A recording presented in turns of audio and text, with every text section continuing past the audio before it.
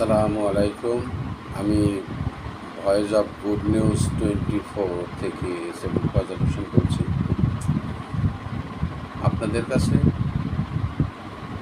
জানার আগ্রহ আছে আমার অনেক, কিন্তু আপনারা আমাকে সহযোগিতা না করলে আমি তো জানতে পারবো না। তবে আমি প্রথমেই বলে নিচ্ছি আমার মনের মধ্যে কোনো কিছু উদয় হলেই আমি আপনাদের সাথে শেয়ার করি। এই কথাটা বারবার আমি বলে আসছি। তো আজকে আমি একটা কিছু প্রতারণার কথা বলবো।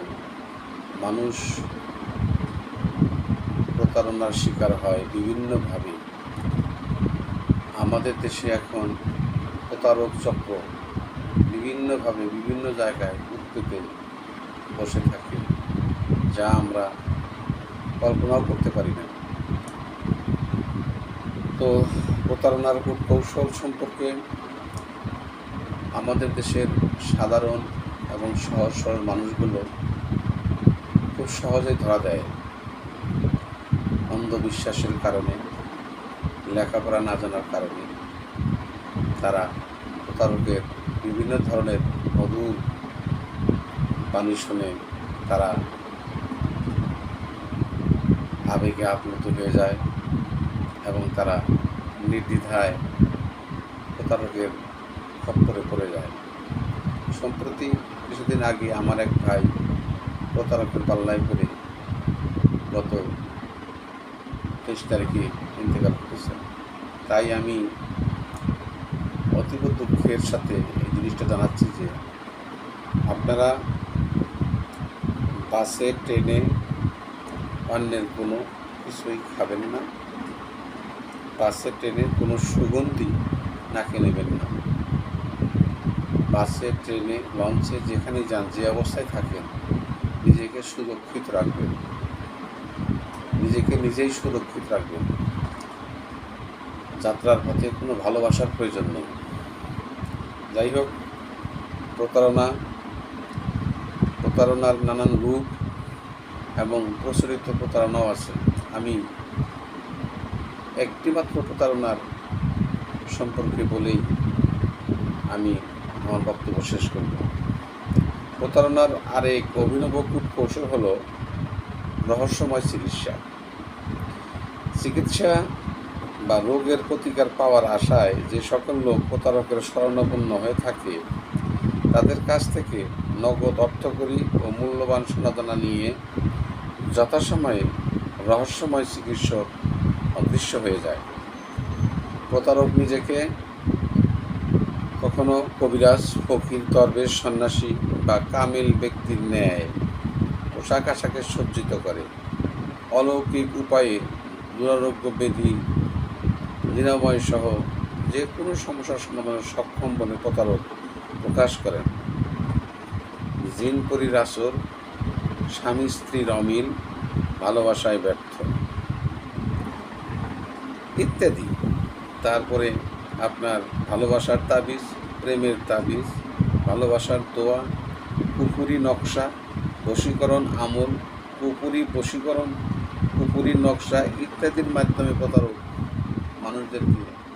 মানুষদের সাথে প্রতারণা করে থাকে। সে আরও প্রকাশ করে যে মহিলাদের বন্ধ্যত্ব দূর করার সক্ষম ক্ষমতা রাখে সে। ভেঙে যাওয়া প্রেম জোড়া লাগাতে সক্ষম, পছন্দসই মেয়ের ভালোবাসা পাইয়ে দিতে সক্ষম। তারপরে পছন্দসই পাত্রের সঙ্গে কন্যার বিবাহ যাতে হয় তার ব্যবস্থা অলৌকিক উপায়ে করতে সক্ষম। স্ত্রীর প্রতি স্বামীর অগাধ ভালোবাসা স্থিরস্থায়ী করতে সক্ষম। স্বামীকে অন্য কোনো শৈরিনী নারীর আকর্ষণমুক্ত রাখতে সক্ষম। যে কোনো শত্রুর ক্ষতি থেকে রক্ষা করতে সক্ষম। জাদুটোনা, মারণ বান থেকে রক্ষা করতে পারে। পরীক্ষাতে ভালো ফলাফল করার ব্যবস্থা করতে সক্ষম। মামলাতে অলৌকিক উপায়ে জিতিয়ে দিতে পারে। ভূত, প্রেত, ডাইনি, জিন পরী, অশুভ আত্মার হাত থেকে রক্ষা করতে পারে। সমস্ত রোগবালাই যত বড় রোগী হোক 24 ঘন্টার মধ্যে কিংবা 2 দিনের মধ্যে সে রোগ হইতে মুক্ত করতে পারে। ঝড় বৃষ্টি সহ যে কোনো প্রাকৃতিক দুর্যোগ থেকে রক্ষা করতে সক্ষম। অলৌকিক উপায়ে গরিবকে ধনী করে দিতে পারে। পুরুষত্বহীনতা দূর করতে সক্ষম এবং যে কোনো যৌন সমস্যা দূর করতে পারে। আর একটা জিনিস, সেটা হলো নিরাশ ব্যক্তির মনে আশার সঞ্চয় করতে পারে। এখন বিষয়টা হলো, উপরোক্ত কথাবার্তাগুলো উপরোক্ত প্রতারক উপরোক্ত কথাবার্তা বলে শিকার ব্যক্তিদের প্রভাবিত করে।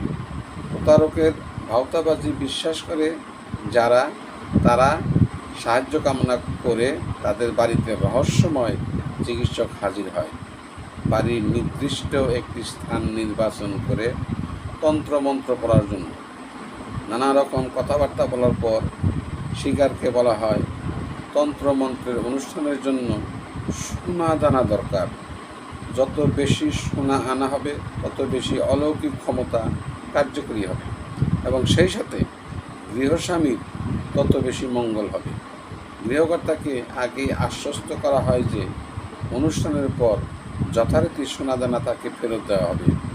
প্রতারিত ব্যক্তি সোনা রূপা আনার পর সেগুলো তার সামনে একটি কাপড়ে বেঁধে পুটলি করা হয়। পুটলিটি বাড়িওয়ালার সামনে একটি স্থানে মাটিতে পুঁতে দেওয়া হয়। কদিন ধরে চলে তন্ত্র মন্ত্র পড়ার বাহানা। সুযোগ মতো সোনা রূপা বাড়ি থেকে তুলে নিয়ে প্রতারক রহস্যময় রাতের অন্ধকারে লাপাত্তা হয়ে যায়। বিষয়টা আমি আসলে দেখে পড়তেছি, যদিও তারপরেও আপনাদেরকে বোঝানোর জন্য চেষ্টা করতেছি যে প্রতারণার যে ফন্দি ফিকির, এই প্রতারণার ফন্দি ফিকিরগুলো সম্পর্কে আপনাদের অন্ততপক্ষে জীবনে চলার জন্য রাস্তাঘাটে, শহরে, বন্দরে, নগরে যেখানে যাবেন সেখানেই আমরা কোনো না কোনোভাবে প্রতারকের সম্মুখীন হতে পারি।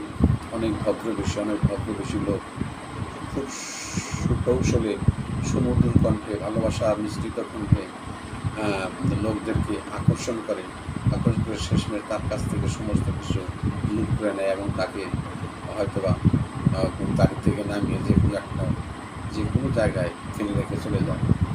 এই যে অবস্থা, এই অবস্থা থেকে আমরা যাতে নিজেরাই নিজেদেরকে হেফাজত করতে হবে, রাখতে হবে। তারপরে যে সমস্ত তন্ত্রমন্ত্র কথা আমি বললাম, প্রতারণার কৌশলের কথা বললাম, সম্পূর্ণ ভাওতাবাজি। এখন আকাশ মিডিয়ার যুগ। ইদানিং একটি বিষয় আপনাদের কাছে আমার বলা বিশেষ প্রয়োজন, সেটা হলো যে মানিকগঞ্জের সিংগাইরে আকবর কবিরাজ নামে এক ভদ্রলোকটা জানেন, উনি সমস্ত রোগের চিকিৎসা করতেছেন। সেখানে ফেসবুক বা সামাজিক যোগাযোগ মাধ্যমে আপনারা হয়তো দেখেছেন, সেখানে নানান ধরনের লোক উপস্থিত হয়ে নানান ধরনের কথাবার্তা বলতেছেন এবং তিনিও সকলের কাছ থেকে ঔষধের দাম নেয়ার কথা বলে সে নিচ্ছে। এখন বিষয়টি হচ্ছে যে কোনটা সঠিক এবং কোনটা ব্যাঠিক, এই বিষয়টা আমরা যেহেতু মানুষ, আমাদের জ্ঞান এবং বুদ্ধিমত্তা দিয়ে বিচার বিশ্লেষণ করতে হবে যে সরকার শহরে, বন্দরে, নগরে শত শত হাসপাতাল, ক্লিনিক, প্রাইভেট ক্লিনিক, বড় বড় হাসপাতাল তৈরি করেছেন, বড় বড় ডাক্তার রয়েছেন, চিকিৎসক রয়েছেন। আমরা আশা করি যে আমাদের এই সমস্ত রোগ, শোক, বালাই যা আছে, আমরা সরাসরি আমাদের হাসপাতালে যাব, আমরা ডাক্তারের শরণাপন্ন হব। বাট আমরা কোনো কবিরাজ বা কোনো সাধু সন্ন্যাসীর দরবারে গিয়ে অযথা সময় নষ্ট করব না। আমি বেশি কিছু বলবো না।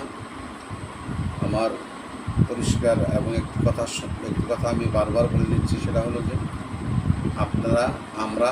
আপনি যেখানেই যাই সেখানে যেন নিজেকে নিজেই আমরা সাবধান করে নেই, হেফাজত করে নেই। আমি বিশ্বাস করি আমাদের পবিত্র ধর্মগ্রন্থ আল কোরআন এবং পবিত্র হাদিসগুলো আমরা যদি ধারণ করি, বরং প্রকৃতপক্ষে ধারণ করি, আশা করি কোনো বিপদ আপদ আমাদের হবে না। আল্লাহ তাআলা আমাদেরকে সত্যিই হেফাজত করবেন। আজকের এই আলোচনায় আমি আপনাদের কাছ থেকে আপনাদের শুভ কল্যাণ হোক। এই তীব্র দাবদাহে আপনারা কীভাবে আছেন জানি না, তারপরেও আল্লাহ তাআলা আপনাদেরকে হেফাজত করুন, এই আশা ব্যক্ত রেখে আমি বক্তব্য শেষ করছি। আসসালামু আলাইকুম।